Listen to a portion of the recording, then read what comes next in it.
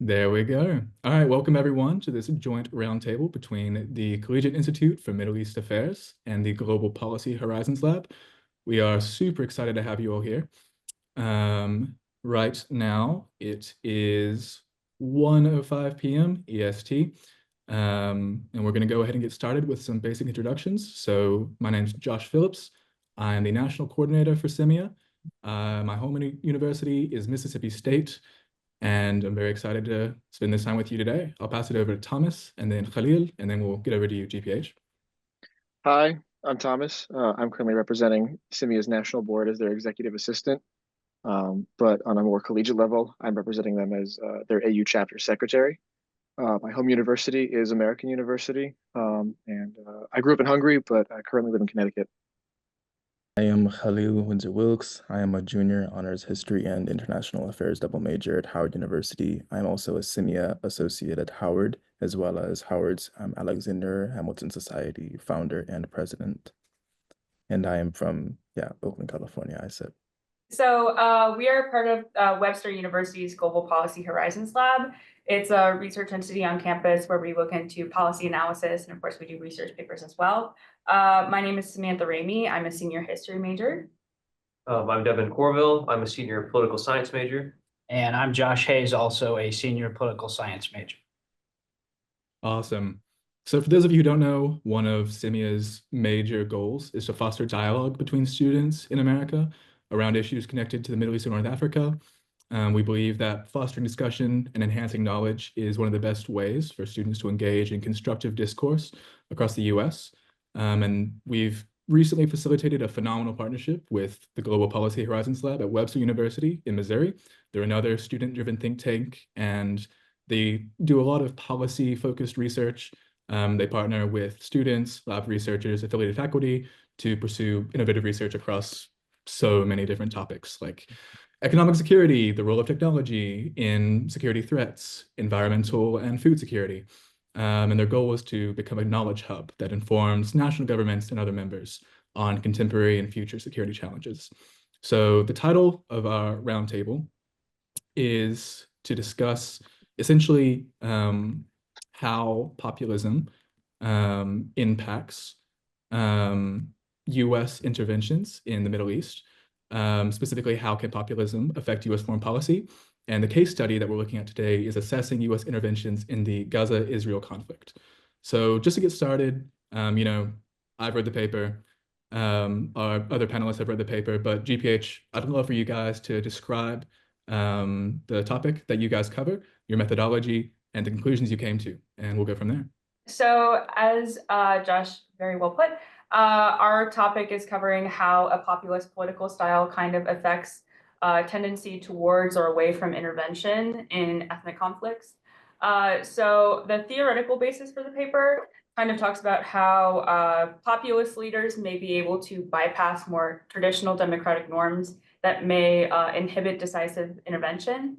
So we argue that a populist political style may lead to more decisive intervention because of that. And we looked at a case study of American policy in Israel and Gaza between two administrations, the Biden administration and the current former Trump administration, excuse me. And then if you want to speak more on that. Yes, we were looking at sort of first on how, notions of democracy and like the inherent notion of equality, whether within sort of protecting minority rights under the rule of law or under more sort of the notion of egalitarian democracy, how this impacts sort of desire to decisively or indecisively interact within ethnic conflict, because often intervention will result in either supporting a side that is more powerful within the situation, or could lead to sort of, or whenever an ethnic conflict is going on, it usually incites more ethno-nationalism, which is not a very favorable thing for democratic leaders to want to be seen as supporting. But populist leaders can more effectively securitize situations and often can mobilize support of diaspora groups within the democracy to often intervene more punctuantly, more decisively, which may result in less short-term casualties, but may not be the best for sort of long-term peace. And just more so on the specific case study, as Samantha mentioned, we're looking at the first Trump administration, so not the current one, and the Biden administration.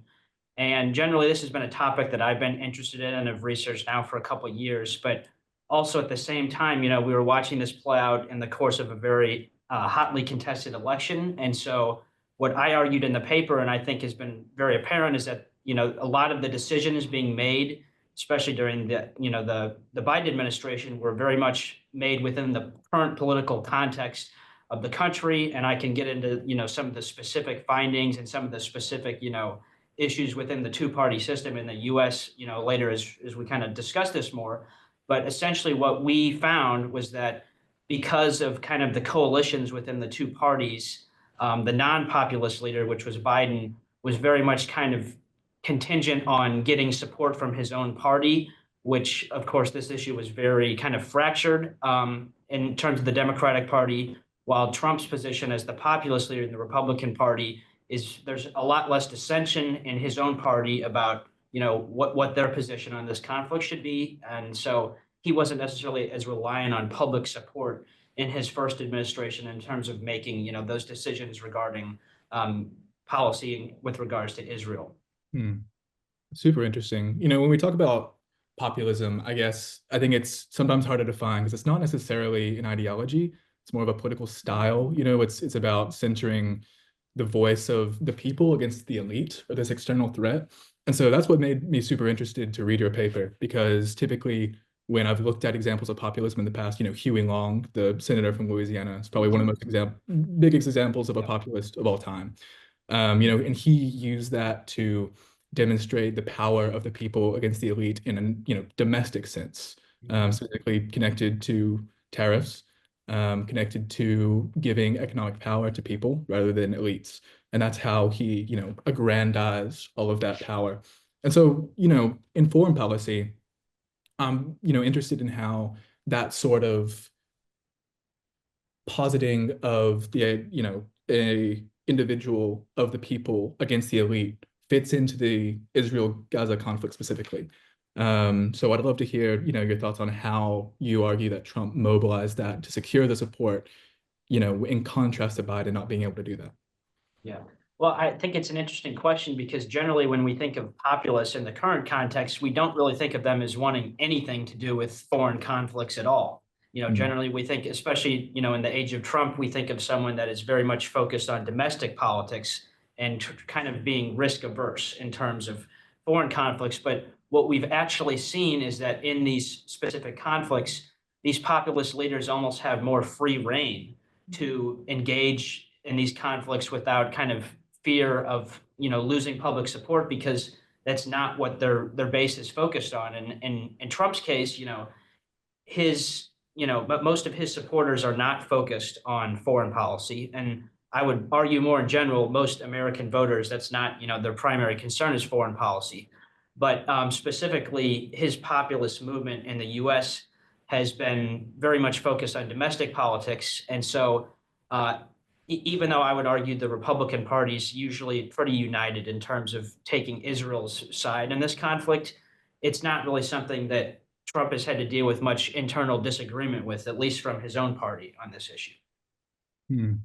Yeah, and just looking at traditional democracies in terms of like one of the leading factors rather, in terms of whether or not to intervene, constituent support is very important. Because in traditional democracies, like people can't get voted out if the constituency is not happy with their decision making. So we have seen that the domestic political sphere, so the different, like as you said, political styles, definitely affects the results on the international stage, because the constituency in a traditional democracy is where these leaders get their legitimacy and get their power to make these decisions. Yeah, I would also say in terms of rhetoric, a lot of the things that would sort of constrain action on sort of intervention is, usually international law or norms, and then also sort of different sort of democratic checks and balances. But whenever you sort of argue or sort of speak of that as, the people versus a threat, I think of a lot of populists talking about globalism or other, it's just sort of a lack of respect for sort of international law or international custom or norms.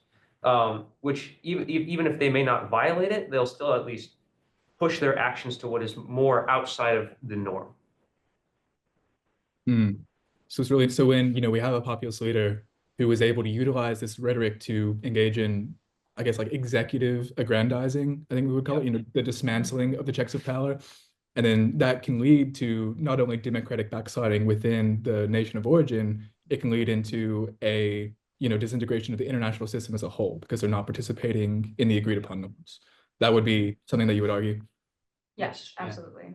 Super interesting. The overall risk, so like the application of a populist political style in terms of foreign intervention, it can work on like arguably like a short-term stage where, an instance of a single intervention, just using that style to get that constituency support for this one intervention, or as you said, over time, just the gradual erosion of these democratic principles that kind of inhibit decisive intervention, like just by themselves.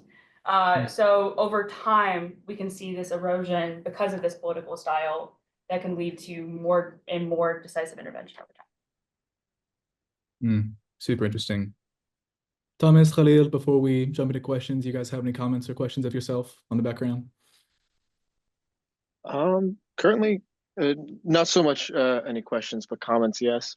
I think that the methodology in the study itself was done really well. I mean, even just recently, Pew Research Center was releasing data showing even the current support of the Trump administration from his party and how, regardless of whether the actual statements he's made are violating international law or international norms or not, there is a staunch amount of his party that is still in support of the actions he's undertaken. So I think we're currently seeing a lot of real-time proof of what this study is talking about. I mean, for me personally, I would say that I definitely agree with the conclusions that were made within the piece and within the general study, and I very much appreciate the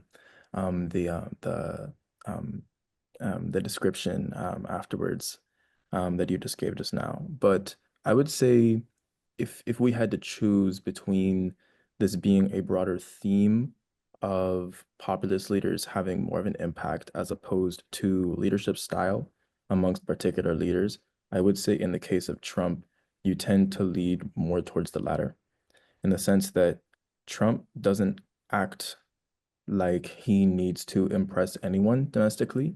He just does what he does. You see right now with the tariff actions that he's taking, even if there is supposedly some type of plan, and even if this plan is in somewhat of the American national interest. 4 years ago, when looking at the first Trump administration, or 5 years ago, I suppose, he did not act in 2020 like he was running for re-election. He didn't act like he had to support any kind of base or essentially get anybody's attention or bring new voters to the table in the same kind of way. You look at his actions with COVID, you look at his actions with BLM, and any sort of decisive action he was taking with regards to the Middle East, if he was in the same position under Biden, where it was 2023, 2024, and Israel got attacked by Hamas, and he now had to continually grant support towards Israel for weapons, for authorization of US weapons, and how would they be used on civilian structures. I would say he would definitely go a lot harsher, but I would have a hard time in saying that it is entirely because of the popular system itself. It is partially down to himself personally, which might strengthen the notion entirely. It's hard to say. Khalil, that's a really interesting point because when we look at the idea of a populist leader, the strong man, someone who takes action against the elite in order to present an image of strength. And I guess we could say decisiveness, especially with regards to this study. That is, I think it could be really hard to separate the concept of, is that just, Trump's personal leadership style, or is that a representation of how a populist system utilizes its support base in order to engage in, decisions that support? What's up? Yeah, I did have a bit of a clarification on my point, because Israel was attacked by Hamas within roughly a year of his re-election campaign, or his presumed, whoever the Democratic challenger would be within the next election cycle, very close to the next year to that point. Any Israeli reaction to that event would have warranted US support, and US support in a critical election year. Whoever was in office was going to have a hard time with that. But I think Trump obviously would have gone harsher. And that really does show the personality, the person in office. I think Trump obviously would have gone a lot harder. Um, but that is largely down to his leadership style. It's hard to tell right now if Trump would be doing everything that he's doing now if he felt like there was an election coming a year from now, a year and a half from now, or a few months from now. It's because he is in his 100 days, he is going to go balls out regardless. But with regards to the reaction to 10-7, it really is down to personality. Biden would never have been, I think what Biden did was the absolute minimum of what the US would have done, and Trump would have obviously gone for more aggressive action. GPH, you characterize the Biden administration as, a non-populist administration, taking a more multilateral, cautious approach, reaffirming US commitment to two states, reaffirming humanitarian concerns, balancing Israel's security while also looking into humanitarian concerns. I think, my question for you is, what does decisiveness mean in foreign intervention? Is decisiveness, always necessarily a better or worse outcome? And again, how can we extrapolate these two, individual case studies, which again are subject to, a lack of comparison between other populist or non-populist administrations? How can we extrapolate that to looking at how populism or, the idea of a strongman and decisiveness impacts US foreign policy as a whole? So that's one of the things that we've actually continued to explore kind of after this first draft of the paper. Just to touch on the first part, I mean, I think as far as we're concerned, I think all of us are in agreement that decisiveness in this case doesn't exactly mean a better outcome. It could mean that there's less death in the short term, but in the long term, I'm not sure that really gets us to where we want, which is ultimate peace and stability in the region. I think in terms of me looking at the case study, I'm thinking about decisiveness in several different ways. It could be, in this case, decisively deciding that, yes, I'm going to intervene in support of a certain side, or yes, I'm going to intervene to sort of broker some sort of peace agreement. It could also mean, if you wanted to extrapolate it to other events, it could mean deciding, I'm not going to have anything to do with this and just leaving it at that. It's really more about having an actual plan and putting it into place, whether or not it's a fully developed plan or not, which I think is very much an open question. Another thing we've been kind of looking at, just based on some comments that we got when we presented this paper at a conference, was, well, maybe this case is very specific, and could it really be applied to other places? We're kind of in the early stages of looking at that in the context of the Russia-Ukraine war. And one thing, we're kind of extending the definition of decisive action, because in that case, what we're essentially seeing is that, Trump's actions in regard to that conflict has been, I would still argue, decisive, but he doesn't want to be intervening as much. So it's a different type of intervention in the sense that he doesn't want it to move forward. So I do think there are some kind of crossovers to these sort of things, but I do take the point that, can we really say that this is not just a Trump phenomenon, or is it more, about populist leaders in general? Yeah, that's super interesting. Because I guess especially comparing differences between the Russian-Ukraine war, you would argue that Trump's responses are different, right? They may both be decisive. They may both be making a decision quickly, but it's not necessarily, decisiveness isn't necessarily correlated with severity, which is an important thing to look at. And so I guess looking into broader US foreign policy, and then we'll loop back to the Israel-Gaza situation specifically. But do you think, what are the differences between Trump's intervention in the Russia-Ukraine war and the Israel-Gaza war? Is it based on media presence with his populist constituency? Is it based on ethnic diasporas within his support group? Is it about the idea of wanting to make an image on something that has been, heavily tied with US foreign policy for years and taking that to be part of his campaign. What would you say? How do we compare that? So I think the first thing you could say when just looking at Trump specifically is that, his position is not going to vary that much from conflict to conflict in terms of like how decisive he is with it. He may have a different view, and in terms of the Russia-Ukraine war, there's not that much of a constituency in his own party here in the US for, certain interventions on that side, even though historically the Republican Party has been, I would argue very much tough on Russia and very supportive of Ukraine. We've seen that support kind of start to waver very much so in the last couple of years. When it comes to Israel, I would argue there's a very close connection between this sort of evangelical movement on the right and in the Republican Party and this kind of view that the U.S. should back up Israel. And so I think that's why we see Trump being very strongly in support of Israel, as most traditionally Republican leaders has. I think where it's a little bit different is that I think the onus has actually been more on, in this case study, the Biden administration as the non-populist one. They're the ones that are trying to appeal to specific groups within the U.S. for political reasons.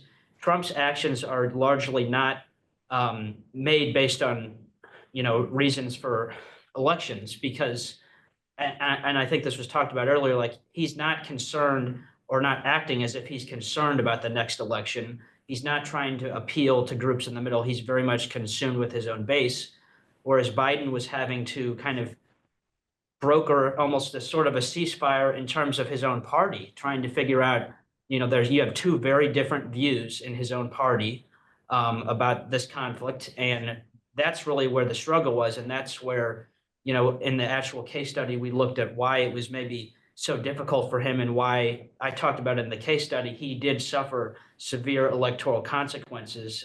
One thing I mentioned in the paper was that just before the October 7th attacks, Trump and Biden were tied in the national average of polls. And 3 weeks after the attacks, Trump had taken a 3-point lead, which was, a very large lead for how close the race was expected to be. And largely that drop in support for Biden was among drops in support among his own base. And so really I think you see that like the political calculations were made more on the non-populist side, which kind of aids the argument that they have to face those domestic political concerns more than a populist leader would. Yeah, Khalil. I think when we analyze what Trump would have done if he was in the same position as Biden, and with regards to the cohesion of the Republican and Democratic Party, it's important. Yeah, I like that you mentioned that that Biden had a sort of split of attention, within his party. He had to focus on the those on the far left that did not like what Israel was doing with regards to attacks on civilians, as well as those within the centrist part of the Democratic Party that were more in support of Israel. I think when we analyze that, it's also important abroad, like when analyzing the broader scope of decisiveness and analyzing domestic populations and how you best handle that as a leader. I think while Biden had a hard time with his own base responding to 10/7, Trump would have had a hard time responding to Putin's invasion of Ukraine. I think that's because while there is a split within the Democratic Party with regards to Israel and how they conduct themselves in the Middle East towards other Arab populations, there is a similar split within the Republican Party, like you briefly touched on, of the Cold War hawks that remember, the constant geopolitical tension with the Russian state, and continue to hold that and a certain amount of suspicion against them in foreign policy objectives and speeches and talks. I think we just never had an opportunity for Trump to have that, split attention. He was never put in a position where he had to weigh two sides of the same issue. He didn't have to to be concerned in the same way that Biden was in the last year before the election, where he had to watch the polls and scream at his aides because people weren't supporting him. While I think he would have had a similar problem if he was the president at the time of Putin's invasion, because even though he's 2 years plus out of election by that point, he still has to deal with that split while dealing with the fact that Putin is low-key a bully to him even when he tries to act like he's his friend. So I think that's really important when talking about Trump's decisiveness, his personality as a leader. We need to compare it to other situations. And on another point, with regards to what does decisive mean and how can it be applied in the approach of foreign policy as a leader, I think his method of approach with regards to decisiveness, and this is kind of across both parties. We saw this with Biden with regards to Taiwan, but sometimes it's good to have strategic ambiguity, to be decisively indecisive. Trump would have had a very good time if he emphasized that threat, being strategically ambiguous, being indecisively decisive with regards to responding to Putin. But I don't think he would have done that. He would have just been seeking for peace. But if he's doing that in the Middle East with regards to Hezbollah and stopping them from attacking, and with regards to China attacking Taiwan, that's a separate situation. But I think with the critique we have of Biden being indecisive is only with regards to the Middle East, while he had a lot of cohesion within the Democratic Party in Taiwan and in Ukraine. He just had a problem in Gaza, I would suppose, while it would have been flipped if in the case of Trump. Yeah, I think, GPH, going into what we just talked about the importance of context and leadership style, I guess we're characterizing, Trump is decisive and Biden is cautious. Do you think that had more to do with leadership style or broader international context? Was Biden truly indecisive, or do you think the terrain was just simply more volatile in 2023, 2024? Well, I can take this and then I'll let them take a stab at it too. I think I want to be careful because I don't think we're trying to use indecisive as necessarily a slam on Biden, because I don't think that's necessarily what we're trying to argue. So I will just say that I think there's definitely something to being cautious, and additionally, like, yes, as has been mentioned, the crises he faced while president were significantly worse in terms of what Trump was facing, in terms of both of these conflicts while he was president. I think the perceived indecision and cautiousness could also just be a personal thing with him, as kind of came a thing during the campaign that he was of a more advanced age, and so maybe that was also having to be seen as something to do with how decisive he was. I would also just say, like, even if you look at the Russia-Ukraine conflict, even though Biden was very much supportive of Ukraine, he was still kind of taking heat from both sides. There were some that thought that he wasn't doing enough to support Ukraine, or, he wasn't, doing enough to help them strike at Russia because that would be seen as escalating. So I don't think that indecisive is necessarily a bad thing. And in a lot of situations, it involves, taking more time to make nuanced decisions that are very hard to make and consulting with your allies. And I do think that could definitely be a personal thing, but I also think that's something that's very similar to the way most non-populist leaders would act, is they're going to consult their allies, they're going to take time to make decisions, and they're going to think about not just the short term, but the long term as well. Yeah, and I would just add on, it does have entirely to do with like the external context. And what we're looking at is the different applications of political styles within these different contexts. So if, as our research kind of suggests, if the leader were to want to pursue a decisive response to an external conflict, a populist political style may aid them in meeting that decision within a more traditional democracy. So it's depending on what they want to do within that situation. And we're just kind of gauging like the efficacy of if they want to pursue that decisive action based on that political style. That's a good point. I think examining situation by situation is super important. I want to come back to that. First, though, Thomas, what you got? I wanted to sort of circle back to the idea. I guess it would be more so adding on, but circle back to the idea of decisiveness, and I feel like that is largely a reason why this might end up being a chicken or an egg situation, but it's more so why there was such a difference between the support from Biden and the Gaza war versus Trump and Ukraine war, because the Ukraine war is still going on. While Trump was not president during the invasion, he is president now while the war is still happening. And with that, he is not taking strong stances either way. He has notably soft on Russia policy, per the Republican Party at least.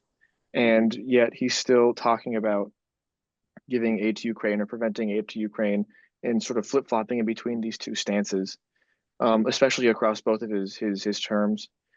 But I think the reason that his support base didn't fall out from under him, especially during the election or even now, is because of the fact that it has to do a lot with his PR. He advertised his policy as being something of a mediator between the two nations, as opposed to being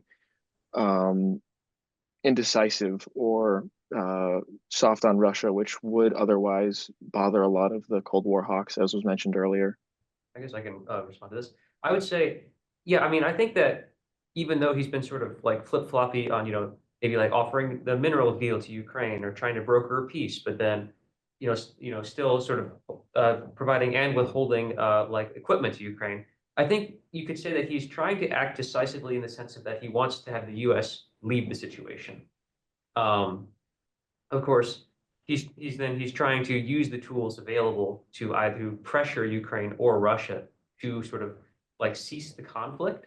And in terms of his PR team, I would say, or like his rhetoric or message, that I mean, I think about what he says, that America gets ripped off by the rest of the world.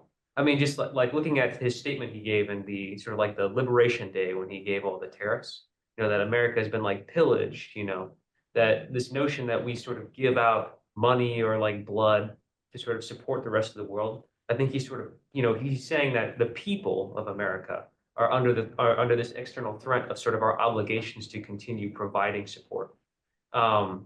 And so by using that, he's trying to sort of pull out of the situation. Yeah, you really stole the words right out of my mouth, because I was going to ask you, if we're characterizing this as a popular leadership engagement, who's the elite? Who is the people rallying around to fight against? And so with that characterization, using, you're wanting America to lead, you're wanting America to not be ripped off by other nations. It's almost utilizing that sentiment as the people, us, Trump is one of us, that type of rhetoric, we're being ripped off by the world. And that sort of thing generates sentiment for him and allows him to make decisive actions. Is that an appropriate summary for you guys? Yeah. Okay, that's super interesting. So then, yeah, I think we can go in circles all day about looking at, different instances where a certain policy has been made quickly or not. I think, Thomas, chicken and the egg is a pretty good way to describe it. Is it personality? Is it simply context? Whatever. What I really want to get into is, looping back to the Israel conflict. And I want to ask you guys this at GPH, because who was the elite in that specific instance? Because in that regard, you had a sort of the underdog, I guess you could say, someone who's not a legitimate state, Hamas, engaging in a strategic military operation against Israel, which is internationally recognized as a state. And typically, in populist leadership, you would have, again, and this is a very traditional, populist leadership. We're looking at just purely, political theory. They would be the underdog, and technically, Trump's rhetoric wouldn't technically jive with that. And I want to loop back to what you said about evangelism and how a lot of Trump's support base would support Israel because of that, religious association. So that's my question. Is in this specific case study that you've identified, who's the elite? You know, what's the populist sentiment that Trump is stirring up, and how did that help him make quick decisions? I would say, like in this case, maybe the international community or sort of international law. Because I mean, there was a whole big deal about like when Netanyahu was indicted by the ICC. You know, this notion that Israel is trying to defend itself against like Hamas, which is labeled as a terrorist group, and you know that sort of the international law community is trying to sort of hold their hands behind their back so that they can't defend themselves. Um, and so I guess he's sort of mobilizing it, the populist in that way, where it's sort of like the Israel as the state, um, you know, is trying to just defend itself against this sort of larger elite desire to sort of hold it back. And I would also add that I think when we think of populace, yes, there is this, attack on the elite, but that's usually more so in the own domestic context or maybe like global elites, I say that in quotes, more broadly, but it's not necessarily, because as we've kind of mentioned, like it's not necessarily the style of populists to care that much about foreign affairs. That's not usually their primary goal. So yes, while usually when we're using populist framing in a domestic political context, it's not necessarily about, going on the side of the lesser power when they do intervene. In fact, there's been a lot of, studies and a lot of research that shows that usually populist leaders actually, identify and side with the stronger power. That generally could just be because they wanted, that conflict that's kind of stealing away their focus to be over. So I do think that's interesting is that, yes, we think of populism about, this sort of groundswell of popular support against the elite. But when it comes to foreign conflicts, that's not necessarily, the focus. It's not about, us versus them. It's more about, for populists, this is not really having anything to do with us. Or in the case of Israel, it's, we want this to be over with. We don't want to see this happen. So we're going to support them just to end it right there. And so that's kind of where you see that, I think, more so with Trump. Thomas, go ahead. Sort of to add to that, I think that if we're going off the logic that populism needs to have something to rally against, then I feel like the populism in this case would be almost rallying against a worse scenario, and by that I mean that Trump is advertising a lot of his foreign policy as benefiting the United States, and that the worst alternative is a lack thereof. And so, sort of to put that into context, like his talks about quote having or taking Gaza and establishing an increased U.S. presence there is framed as if it's going to better the U.S. economy or the American people in some way, albeit through very vague language. But with that, we're not necessarily seeing a populist movement in which people are rallying against something, but rather rallying against a lack of something. Yeah, I think that populism in our research and in this context is kind of like it's based around identifying a threat in addition to kind of establishing the traditional us versus them narrative when that narrative is not as like clear as in this case. The them is kind of like in the theoretical sense is kind of equated to like a threat to the us.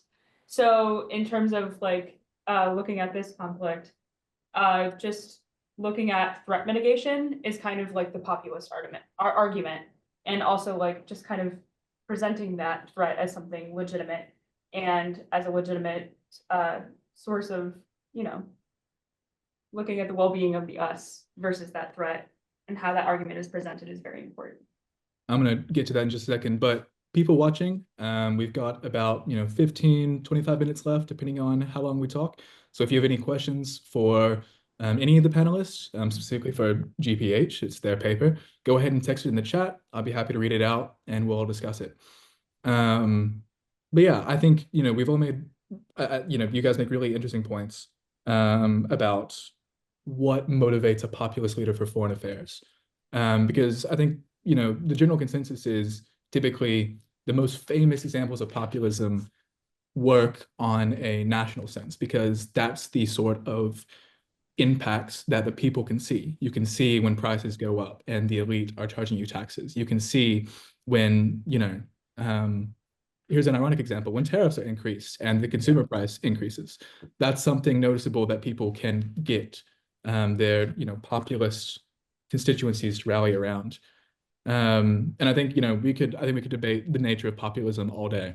But I do want to bring up one specific thing from your paper that I'm really surprised hasn't been brought up before, and that's the idea of a gray zone in foreign intervention and how populism plays in that. I think, we're looking at a gray zone. It's a space between peace and war. It's not necessarily the original nation state versus nation state conflict that we've seen in the, Cold War, neoliberal, global homogeny. You've got, proxy forces, non-state actors, cyber, economic pressure. So you've got a lot of plausible deniability. You don't have to engage. You don't have to declare war. Instead, you can do in-betweens where maybe you send over some troops and some weapons, but you're not actually in the war. You're just supporting an ally. You're just engaging in trade. And though you have that plausible deniability in there. And of course, the Gaza-Israel conflict fits into this mold. We've got third-party intervention by the United States. It has enormous symbolic implications, but not necessarily, nation state implications within the global hierarchy.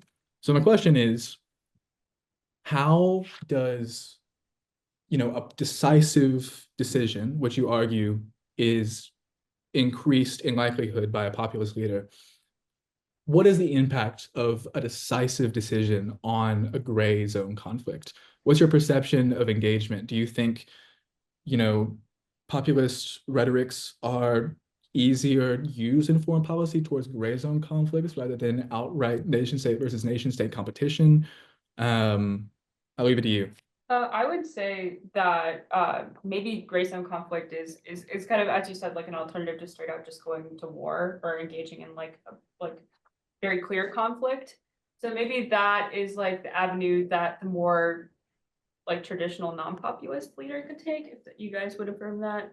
And then maybe the decisiveness through populism kind of goes around that, or maybe even legitimizes the tactics of gray zone warfare that are less acceptable in the general international audience. I don't know if you guys want to build on that at all.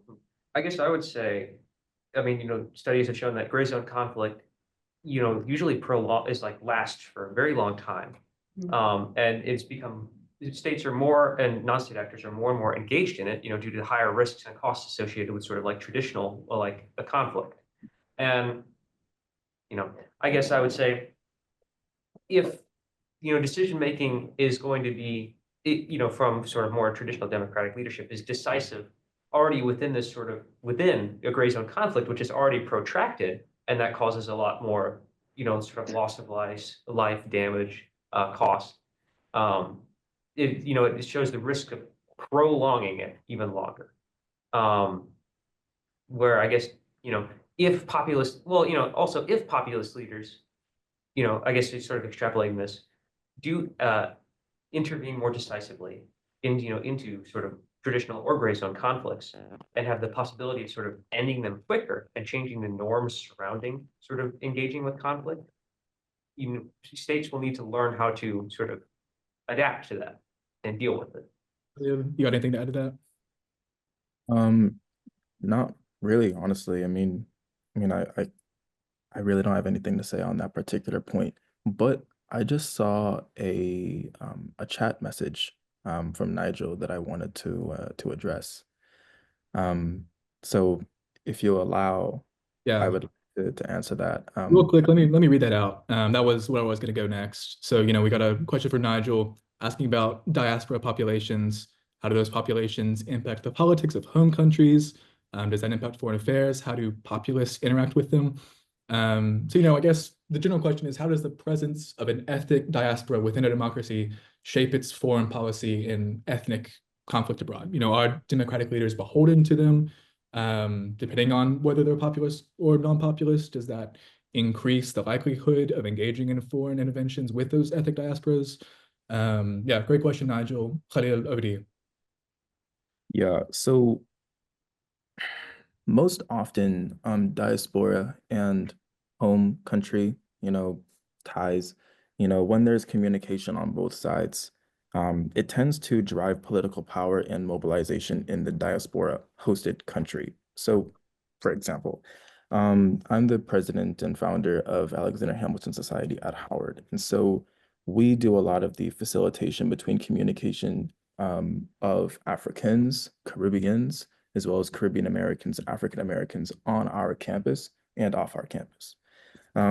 So when it comes to, for example, like Palestinian Americans and Palestinians, or like other Arab communities or other Middle East communities, like like for example, like a lot of like Israeli Americans or like Jewish Americans that have a lot of sympathies for Israel and Israelis, when it comes to communication on both sides, like what tends to happen is that if there is a sizable diaspora community within, for example, the US, they are now like going to be driving the decisions of whatever electoral leader is leading in a particular region that they may concentrate in. I remember there was a lot of talk before the election on the Palestinian community centered around Michigan and other communities within the US and how they could act as a factor that now Biden had to consider. Even if it was just a few 100,000 people,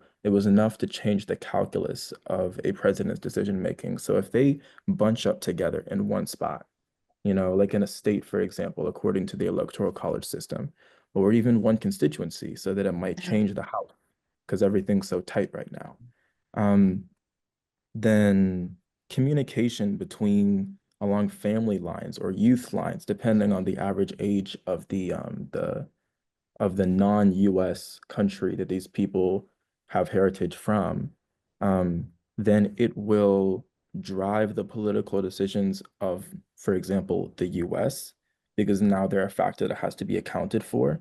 Like, for example, like there's like, let's say there's like a bunch of Ukrainian Americans that are all like centered in, this is totally inaccurate, but let's say, for example, they're all centered in Atlanta for some reason, for some reason. But let's say there was like a bunch of Ukrainian Americans that were all focused in Atlanta or Savannah or whatever, and there's like a million of them for some reason. But let's say they're all there. Now they're enough to potentially change the decision making of whoever is incumbent. So if they bunch up together and if they communicate with the people that are from their host country, like family that might be there or youth that might be there, maybe there's like internal like social media networks where they communicate with each other, or there's some type of like virtual program where they keep in touch and they are familiar with their heritage and their background and how people like them are being affected abroad. They will now be able to push decisions in the US as well as even the host country, like the home country back home. But I'll keep that to myself because I have a tendency to rant. I'd also love to jump in on this using a different example.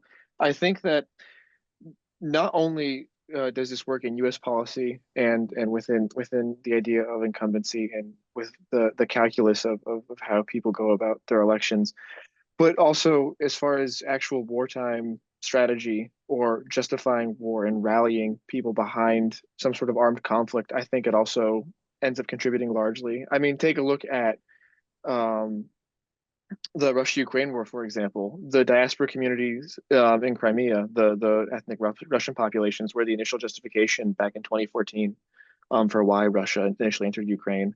Going back even further, you can take a look at Serbia and Krajina and how the Serbian military was aiding and funding their breakout state within Croatia. Generally speaking, diaspora communities tend to give populist presidencies or leadership in general just a focal point to drive whatever sort of policy or agendas they have and use these diaspora communities or nationalities as a backup or a backing. So I guess following off that GPH, question for you, let's go back to the case study. Let's go back to, the Gaza-Israel intervention.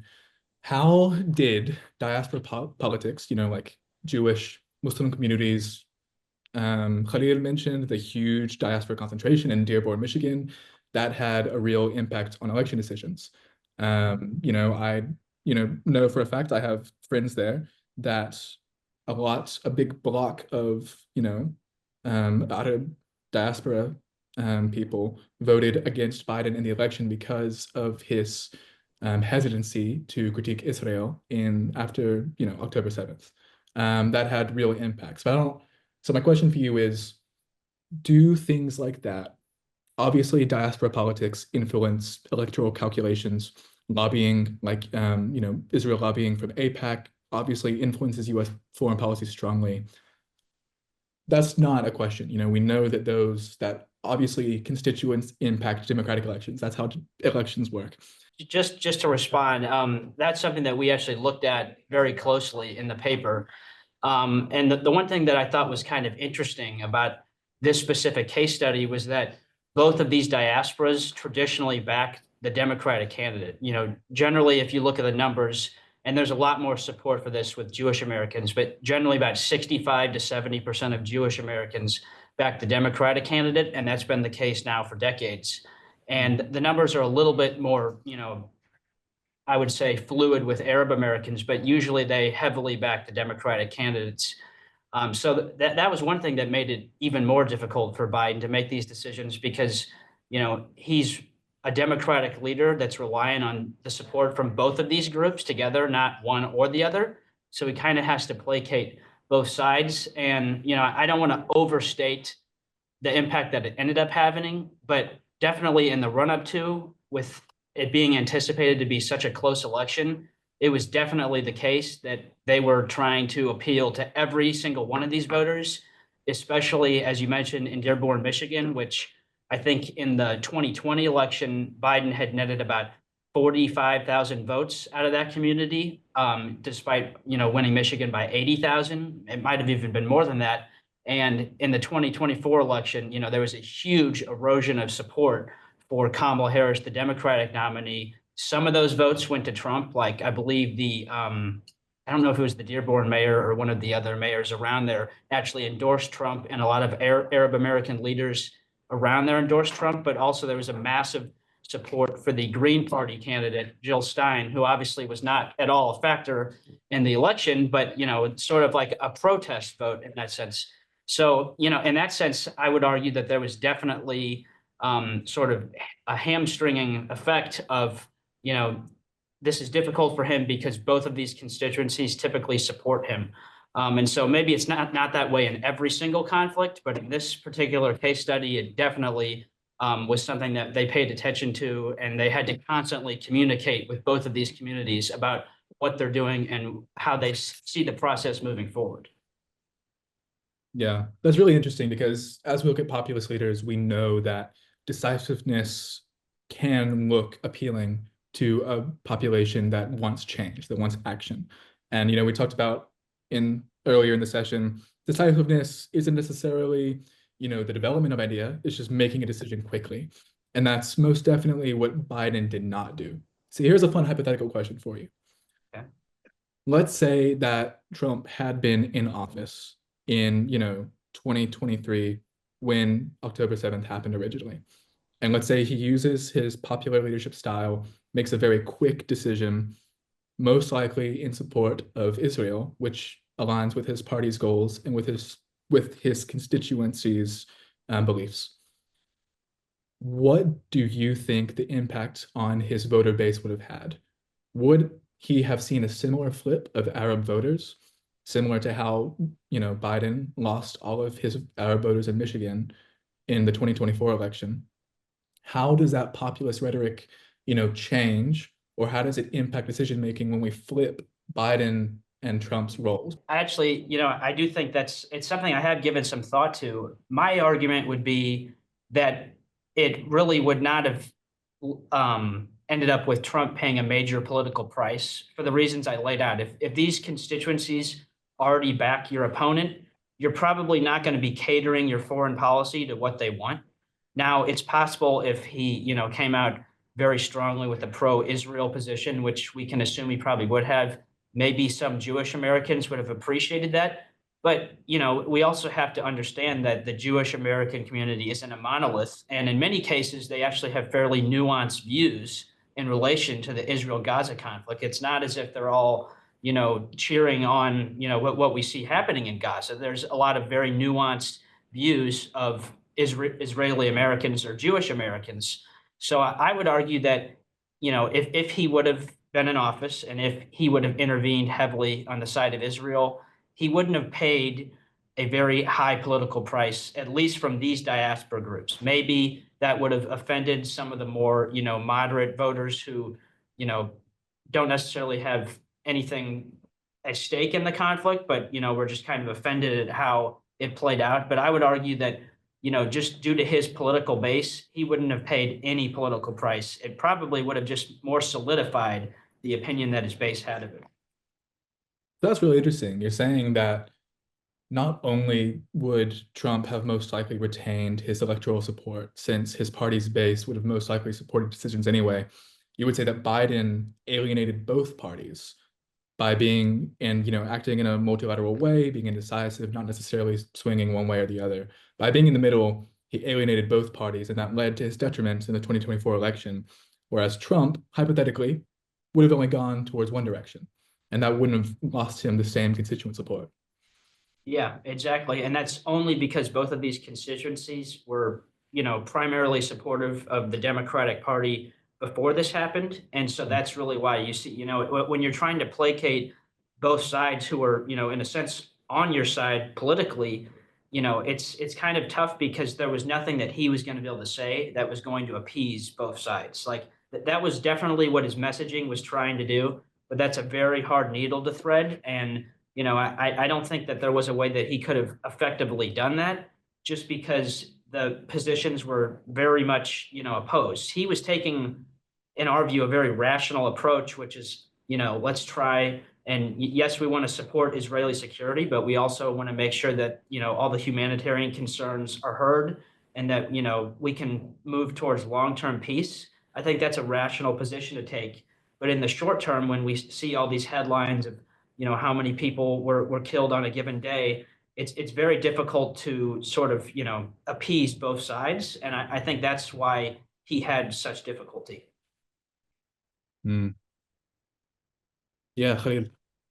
I totally agree. I think the only difference between Biden and Trump, on top of what you just said right there, as far as the whole making one decision, taking one route, even if it means alienating the other, is that he probably would have, on the same point of decisiveness, he probably would have given Netanyahu a relative time limit. He would have said, all right, I'm going to let you go ham. I'm going to let you do anything that you want, but you have to get it done by Christmas, or you have to get it done by March.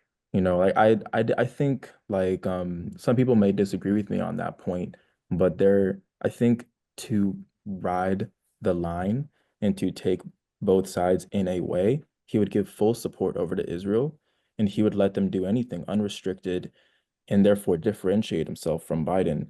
But he might give them a time frame so that he can really start campaigning, so that he can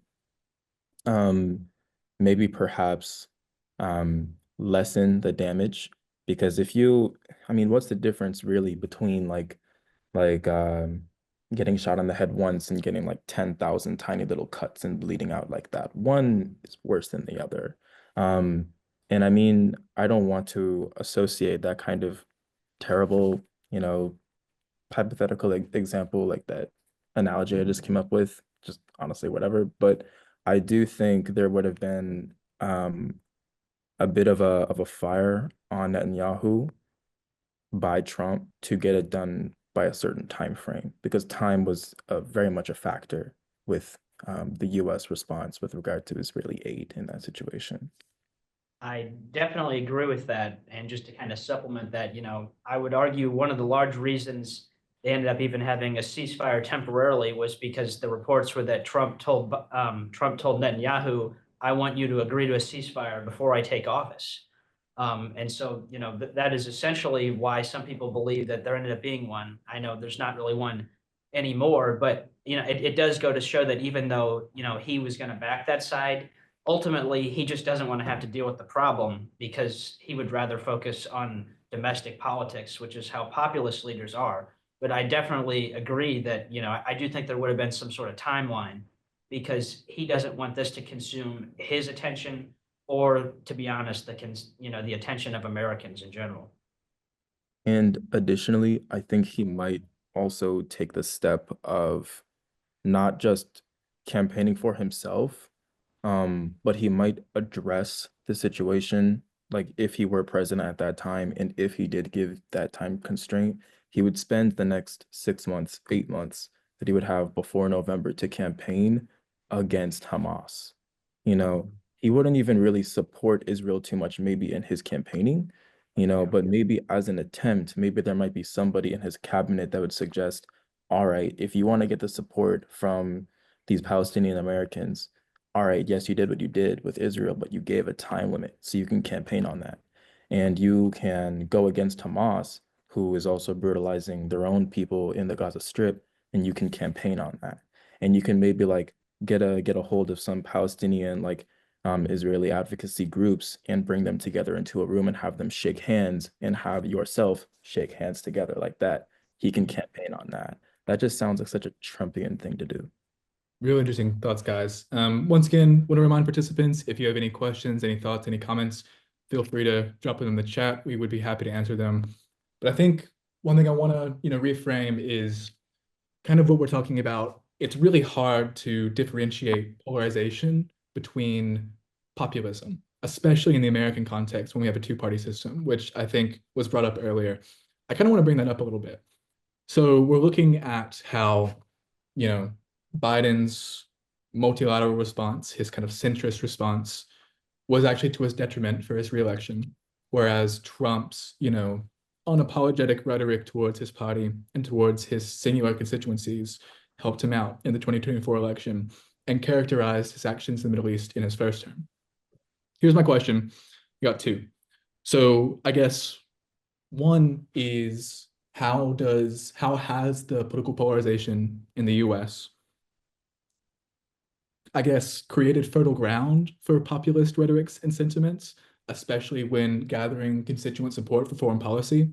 And then two, how might that single, I guess, appearance to the world as a single rhetoric leader impact the US's role, which they self-define as a peace process?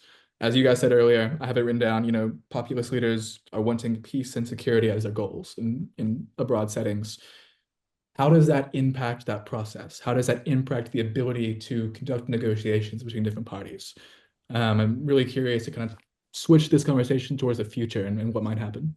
Starting with the question about polarization, I'd say it makes sort of fertile ground for populism in the sense that it creates the notion that like politics is a zero-sum game. If you don't believe, or if you like truly believe your political opposition to be like a threat, not just to sort of like your electoral success, but also to the fundamental institutions of the country and like its political machinations, then you have a very strong incentive to, well, first win at any cost, and then sort of securitize them to sort of, well, they are a threat, or things that they advocate for are threats. And it really sort of feeds back into that sort of people versus elite, sort of kind of like us versus them mentality. And I guess for sort of America's like position in the world as a peacekeeper, I mean, I guess with sort of like the growing role of populism, look at like right now, US pulling out of like the US aid, sort of retreating from different sections, trying to cut costs. And you've seen this sort of reaction from our traditional allies, such as like the arms manufacturing has like increased within Europe. The Five Eyes programs have there's been the allegations that they've been withholding information from the United States. And so it seems that I guess the populist leadership doesn't really have the appetite to upkeep sort of all of America's international goals, and sort of like it being it wants to still be the hegemon and have power, but with not as many of the responsibilities that come with it. And just to also touch on the first question, I would also say that, populism has definitely been aided by a more polarized country because, Devin's right, it is zero sum in the same way that, populism is about us versus them. That's really become what our politics right now in the US is us versus them.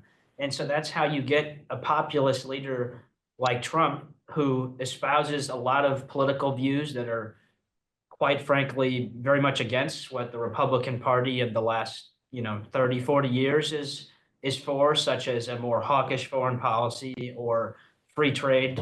Just to give a very potent example, that's how you get, he still has the support from, quite frankly, the entire party, despite having a lot of very fundamental views that are very different than what they would, argue for, because, of this increase in a more polarized country.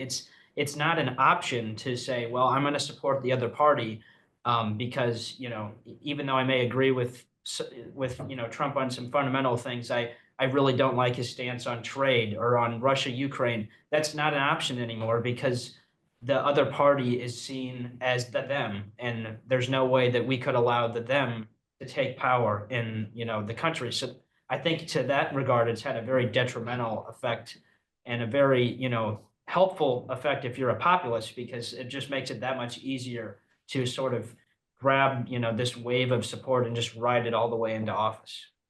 Yeah, because this polarization basically offers like a baked-in us versus them model already that a populist can simply take advantage of. But I would say that, as you mentioned earlier, because populism is more of a style and not like a set ideology, it's all about where you place the us versus them. So that's where this style can translate into like an international context. So as Devin said, like perhaps the them is like responsibilities. It's a little more abstract rather than a group of people. So it's all about where you place it and where you place your well-being into that, or rather the well-being of your constituency or the people. So if let's take that idea and run with it. So if we've got the idea of a populist leader taking advantage of polarization to advance their agenda, especially when we're talking about foreign affairs, they're able to not only build their voter base, but also make decisive decisions that appear or, are legitimate changes. And they appear like the strong man that populism promotes. That's the style. That's the characterization that we go with. Let's take that concept and put it over to Biden. Would it be possible for someone like Biden, who we've characterized as non-populist, to be decisive without undermining their constituent base? And I guess what I'm asking there is, in your paper, you've discovered a correlation between a populist style leader and decisiveness in action and decision. I'm curious if there's other examples of, I guess, interventions, and let's what's the word? Frame it by region. So let's keep it in the Middle East to keep it consistent with your case study. Have there been cases of other, more multilateral, less populist oriented, leaders who have been able to make decisive decisions, and how did that impact their voter base? Is it ideology driving these decisions, or is it the desire to appear strong and have the ability to make change, especially ramping up to an election year? I guess I'd say like a good example of a non-populist sort of multilateral decisive intervention would be, I guess, the U.S. sort of repelling Iraq's attack on Kuwait. The use of NATO with our allies, and having a very strong and quick response to sort of repel them. I guess maybe we can make the argument that you can have this sort of decisive decision making that won't alienate voters whenever the conflict or problem at hand is very clear cut. I mean, you could make the claim is that Saddam Hussein trying to invade Kuwait was just like a clear violation of sort of international law, norms surrounding sovereignty, territorial like borders. And, it was very easy to just sort of say, well, that's wrong, we need to intervene. But it's much, when you take the case of like an ethnic conflict, like Israel and Gaza, you could say on the one hand, oh, you don't want like a terrorist group coming in and attacking Israel, so Hamas should be, acted against. But at the same time, you can't exactly act against them without having civilian casualties and further increasing sort of Israel's control over the region. So it's that sort of those moral gray areas, it becomes much more difficult to sort of have decisive intervention without sort of that securitization that populism provides. Thomas, Khalil, you got anything on that? I don't really have a comment, but I do have a question. So what if on an issue like, for example, Iran and Iran's proxies, but like let's say specifically Iran, like an issue that both parties tend to agree on. What if the both parties agree? Does the populist lose influence? Does the populist just simply need to disagree with the status quo on everything to maintain that kind of influence? Like, I guess what my point is, does the populist's power come from being um reactionary? Does the populist power come from being different? You know? I think you could argue that a lot of, a lot of it comes down to what issues they choose to place, importance on. And so maybe in that scenario, if you wanted to use Iran, like, because as you mentioned, there's not a lot of disagreement in terms of, what Americans feel about Iran. Maybe that's just not something that's viewed as like controversial. And so maybe it's not even discussed as much because there's that